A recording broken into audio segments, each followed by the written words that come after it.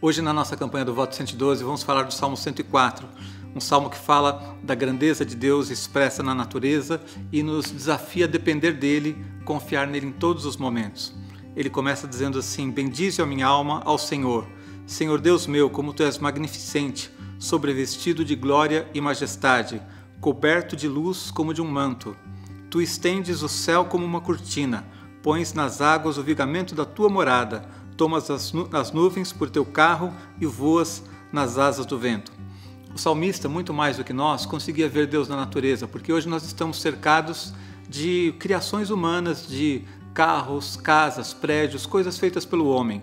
O salmista podia olhar para a natureza, porque eles viviam num contato muito mais próximo, e ele vê como as coisas de Deus são grandiosas, como o universo inteiro manifesta o poder de Deus. Ele fala das nuvens como se fossem os carros de Deus, ele fala de tudo aquilo que Deus criou e dessa grandiosidade. Versículos 5 e 6 diz assim: lançaste os fundamentos da terra para que ela não vacile em tempo algum. Está falando da eternidade das coisas que Deus criou, de como o universo permanece inabalável. Tomaste o abismo por vestuário e a cobriste, as águas ficaram acima das montanhas. Depois, no versículo 13 e 14, ele diz assim: do alto da tua morada regas os montes, a terra farta-se do fruto das tuas obras.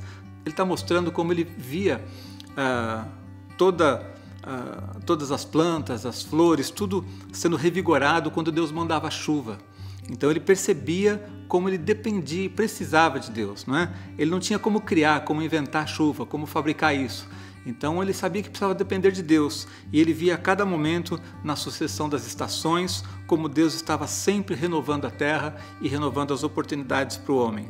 Em tudo isso, ele aprendeu a confiar em Deus, porque ele se sentia tão pequeno, olhava para um Deus tão grande que criou toda a natureza, e não somente criou, mas continua agindo no mundo, continua fazendo com que as leis da natureza se perpetuem. Enfim, eles dependiam de Deus para ter chuva, para ter sol, para ter colheita, e ele então sabia que precisava confiar em Deus. No versículo 24 e 25 ele diz assim: que variedade, Senhor, nas tuas obras, todas com sabedoria as fizeste, cheia está a terra das tuas riquezas, eis o mar vasto, imenso, no qual se movem seres sem conta, animais pequenos e grandes.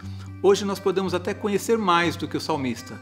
Através da televisão, dos audiovisuais, a gente pode conhecer centenas, milhares de animais marinhos, por exemplo, que o salmista não conseguia ver, não tinha acesso. E em tudo isso a gente pode ver como Deus é grandioso, como Ele é criativo, como Ele é poderoso.